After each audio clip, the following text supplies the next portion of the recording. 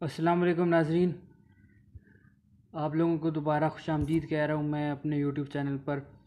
और आज मंगल का दिन है। तीसरा T20 पाकिस्तान और इंग्लैंड के दरमियान खेला जाएगा। इंग्लैंड को 1-0 की बढ़तरी हासिल है।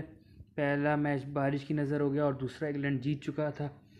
इस पर मैं बात करूँगा, तीसरे T20 की प्लेइंग 11 पे बात करूँगा, क्योंकि पहले दो मैच मैंने देखे नहीं हैं, तो बग़ैर देखे उस पर बात नहीं की जा सकती। स्कोर कार्ड देखे थे तो स्कोर कार्ड देखकर मैच पर तज्ज़िया नहीं किया जा सकता है, तो इसलिए मैं तीनों मैचेस होने के बाद एक वीडियो बनाऊंगा पूरा तज्ज़िया करने के लिए। तो सारे मैच में देखकर, पहले दो की फुल हाइलाइट्स देखकर फिर मैं कोई तबसरा कर सकूंगा। मैंने जो बात करनी थी वो शुरू में कर लेता हूँ शुएब मलिक और मोहम्मद हफीज़ से। ये जब मैंने सबसे पहले वीडियो बनाई थी तब भी मैंने ये बात की थी, और अब भी मैं वही बात दोबारा कर रहा हूँ कि ये कसूर शुएब मलिक और मोहम्मद हफीज़ का नहीं है कि उन्हें खिलाया जा रहा है। ये कसूर जो है वो मिसबाह उल हक का है, क्योंकि वो ख़ुद को सेव करने के लिए इन्हें खिलाते हैं। अगर हम शुरू करें बिल्कुल पहले से, जब श्रीलंका के ख़िलाफ़ पाकिस्तान 3-0 से सीरीज़ हारा T20 सीरीज़, तो मिसबाह ने ख़ुद को तनकीद से बचाने के लिए सरफराज को टीम से बाहर कर दिया, कप्तानी भी ले ली उनसे, जो कि बहुत ही बुरा फ़ैसला था। जो कप्तान आपको 11-12 सीरीज़ जिता रहा हो और एक सीरीज़ में आप हार जाओ तो उसे कभी भी निकाला नहीं जाता। तो मिसबाह ने ख़ुद को बचाने के लिए सरफराज को निकाला। फिर ऑस्ट्रेलिया की सीरीज़ आई, उधर पाकिस्तान जो है वो बुरी तरह फ्लॉप हुआ, और उधर पाकिस्तान यंगस्टर्स लेकर गया था। ये पहली दफ़ा हुआ था कि ऑस्ट्रेलिया में पाकिस्तान यंगस्टर्स लेकर गया। वो सीरीज़ हार गया पाकिस्तान, तो मिसबाह को एक ख़्याल आया कि मुझे अब एक्सपीरियंस प्लेयर्स को रखना चाहिए। फिर बांग्लादेश की सीरीज़ आई और पाकिस्तान ने उस सीरीज़ में मलिक और हफीज़ को खिलाया। जिस सीरीज़ में हमें यंगस्टर्स को खिलाना चाहिए था, उस सीरीज़ में मलिक और हफीज़ खेले। इसी तरह हमने ऑस्ट्रेलिया के ख़िलाफ़ सीरीज़ में मोहम्मद मूसा को खिलाया। और अगर हम आ जाएँ बांग्लादेश की सीरीज़ में, तो हमने उधर शाहीन अफरीदी को खिलाया और मूसा को बाहर बिठाया, जबकि T20 सीरीज़ में ऑस्ट्रेलिया के ख़िलाफ़ शाहीन शाह को नहीं खिलाया और मूसा को खिलाया। तो कहीं कुछ प्लेयर्स खिलाते हैं, कभी हम एक्सपीरियंस खिलाते हैं, कभी हम रेस्ट दे देते हैं जब बड़ी टीम के ख़िलाफ़ मैच होता है। अब भी अगर हम देखें तो हम अपनी इतनी स्ट्रॉन्ग टीम खिला रहे हैं, जबकि दूसरी टीम में ना बटलर है, ना स्टोक्स है, ना आर्चर है, ना रूट है, ना जेसन रॉय है। उसके बावजूद वो इतनी स्ट्रॉन्ग टीम है, क्योंकि उनकी बेंच स्ट्रेंथ काफ़ी स्ट्रॉन्ग है। वो प्लेयर्स बनाना जानते हैं और हम नहीं जानते, इसलिए मलिक और हफीज़ का कसूर नहीं है। फिर अगर हम बात कर लें इस टूर से पहले, जब इनका अनाउंसमेंट हुआ, तो फिर भी मैंने कहा कि ठीक है, हमें रखना चाहिए, क्योंकि उस वक्त वर्ल्ड कप आगे नहीं गया था, इसी साल होना था। अब वर्ल्ड कप 2021 में इंडिया में होना है। अभी पूरा साल पड़ा है, साल से भी ज़्यादा टाइम है। तो साल तक क्या मलिक और हफीज़ खेल पाएंगे?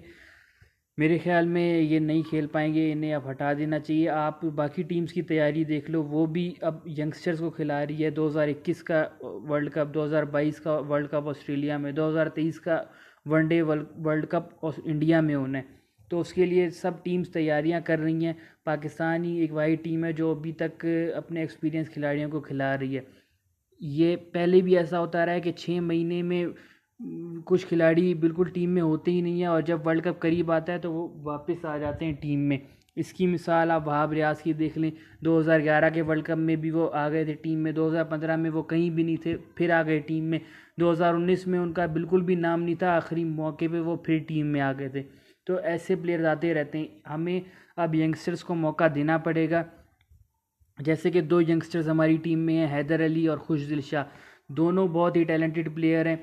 छक्के सबसे ज़्यादा खुशदिल ने मारे हुए, आपको पहले भी बताया कि लिस्ट ए में सबसे ज़्यादा छक्के आखिरी 5 सालों में खुशदिल शाह के।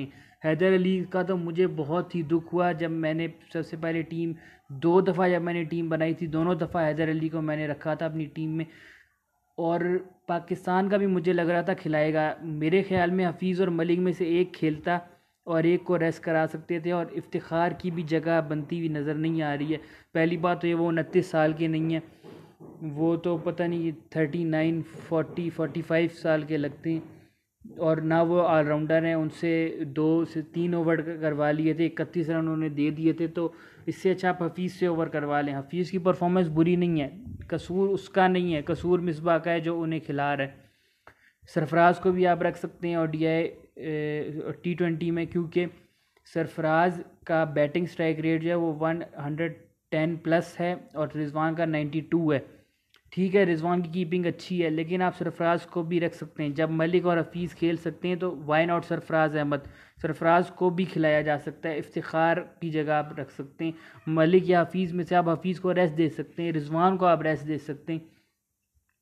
आमिर पे मैं बात करूँगा, क्योंकि मोहम्मद आमिर को हारिस रऊफ़ का जब टेस्ट बहुत दफ़ा पॉजिटिव आया तब आमिर को रखा गया, जो ज़रूरत नहीं थी। अब आमिर को खिलाया गया, जो उनकी पेस भी इतनी नज़र नहीं आ रही है, 130 से अब वो जा नहीं रहे हैं और काफ़ी रन्स कंसीड किए उन्होंने। अब हमें आमिर पे भी सोचना पड़ेगा, आमिर और वहाब पे, कि इनमें से किसे रखा जाएगा। आज की अगर मैं प्लेइंग 11 की बात कर लूँ, और मैंने एक और बात बाबर आज़म की भी करनी है। मुझे मेरे एक दोस्त ने भी कहा था कि बाबर आज़म को खिलाएं या हैदर अली को। उसका ये ख्याल था कि हैदर अली और फ़खर को खिलाया जाए, बाबर, क्योंकि बाबर अगर ओपनिंग करने जाएगा और अगर आउट जल्दी हो गया तो टीम पे प्रेशर पड़ेगा। लेकिन अगर हम दूसरी तरफ, मेरा जो मौक़िफ़ है वो ये है कि बाबर आज़म पावर प्ले में अच्छा खेलते हैं, लेकिन इस दफ़ा उन्होंने मुझे गलत साबित कर दिया। वो पावर प्ले में भी इतना ख़ास नहीं खेल पाए। 24 पे 24 रन बनाए थे, 100 का स्ट्राइक रेट था पहले 6 ओवरों में, जो बहुत ही कम है। इतना तेज़ वो नहीं खेल पा रहे पावर प्ले में भी, और अगर वो पावर प्ले के बाद आएंगे तो फिर उनकी परफॉर्मेंस और कम होगी। तो इसलिए हमें सोचना चाहिए कि बाबर आज़म को भी ज़रा तेज़ खेलना पड़ेगा। फ़खर ज़मान ठीक है 30-20 कर रहे हैं, वो तेज़ ही खेलते हैं, तो ये उनके लिए भी सही है। लेकिन हैदर अली को हमें ज़रूर रखना चाहिए। अगर मेरी प्लेइंग 11 पूछी जाए तो मैं हैदर अली को ज़रूर रखूँगा शुएब मलिक या हफीज़ की जगह, और इफ्तिखार की जगह मैं खुशदिल को ज़रूर दूंगा चांस। लेकिन अब ये बहुत लेट है, क्योंकि तीसरे T20 में मौका मिलेगा। एक मैच में खिलाड़ी ज़्यादा क्या कर सकता है, ज़्यादा परफॉर्म अगर नहीं कर पाएगा तो उसे फिर बिठा देंगे 1-2 सीरीज़ तक। तो मेरे ख़्याल में भी पाकिस्तान टीम भी बैटिंग में तो कोई चेंज करेगी नहीं, क्योंकि अभी तक बैट्समैन ने जितने भी खिलाड़ी हैं उन्होंने एक एक की बारी ली है। पहली बारिश की वजह से बैटिंग नहीं आई थी। बॉलिंग में चेंजेस कर सकते हैं। बॉलिंग में अगर मेरे ख़्याल में शाहीन अफरीदी को अब रेस्ट देना चाहिए। 3 टेस्ट वो खेल गए, फिर 2 T20 खेल गए, तो अब उन्हें थोड़ा रेस्ट देना चाहिए। फिर आमिर की भी इंजरी हुई हुई है, तो आमिर को भी शायद नहीं रखा जाएगा। 2 चेंजेस तो मुझे ये नज़र आ रहे हैं। तो इन 2 की जगह मेरे ख़्याल में वहाब रियाज़ आएंगे और मोहम्मद हसनैन को भी आना चाहिए। मोहम्मद हसनैन और हारिस रऊफ़ पे अगर मैं बात करूं, दोनों पे, कुछ लोग कहते हैं मोहम्मद हसनैन ज़्यादा अच्छा बॉलर है। मेरे ख़्याल में हारिस रऊफ़ ज़्यादा अच्छा है, क्योंकि हसनैन भी, दोनों वैसे कभी कभी जब उन्हें रन्स पड़े तो बहुत पड़ते हैं, लेकिन मेरे ख्याल में हारिस रऊफ़ की लाइन और लेंथ हसनैन से थोड़ी बेहतर है, और डेथ में हारिस रऊफ़ जो है वो ज़्यादा बेहतर है मोहम्मद हसनैन के। तो इसलिए मेरे ख़्याल में हसनैन की जो लाइन और लेंथ है वो उससे ज़्यादा अच्छी हारिस रऊफ़ की है। तो लेकिन ये बात भी है कि हसनैन PSL 5 के लीडिंग विकेट टेकर भी थे, तो उन्हें टीम में रखना चाहिए। 2 चेंजेस जो मेरे ख्याल में मुझे नज़र आ रहे हैं, वो एक वहाब रियाज़ आएंगे और एक मोहम्मद हसनैन आएंगे। तीसरा चेंज ये भी हो सकता है कि हारिस रऊफ़ की जगह नसीम शाह आ जाएं, लेकिन ये फिर बॉलिंग अटैक भी बहुत यंग हो जाएगा। तो हारिस रऊफ़ को भी 3 मैच खिला सकते हैं या नहीं खिला सकते। हारिस रऊफ़ जैसे बॉलर भी जो हैं वो मार खा लेते हैं, तो लेकिन वो यॉर्कर्स भी कराने की कोशिश कर रहे थे। यॉर्कर्स कराने की उन्होंने कोशिश तो की है, लेकिन वो कुछ हद तक कामयाब भी हो गए थे। लेकिन अब देखना पड़ेगा कि पाकिस्तान किस तरह आगे जाता है। मेरे ख्याल में 3 चेंजेस होंगे मैक्सिमम, वरना 2 चेंजेस मुझे नज़र आ रहे होते हुए। बैटिंग में कोई चेंज नहीं होगा। इंग्लैंड भी अगर कोई चेंज करना चाहे तो कर ले, वरना इंग्लैंड की टीम भी काफ़ी बेहतर और स्टेबल नज़र आ रही है। अगली वीडियो का ज़रूर इंतज़ार करें, इसे शेयर करें, इस पर कमेंट करें।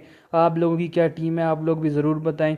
और अगली मैं कंप्लीट वीडियो बनाऊंगा तीनों T20 पर, और मेरे ख्याल में पाकिस्तान की टेस्ट टीम क्या होनी चाहिए उस पर भी बनाऊँगा। तो मुझे इजाज़त दें, अल्लाह हाफ़िज़।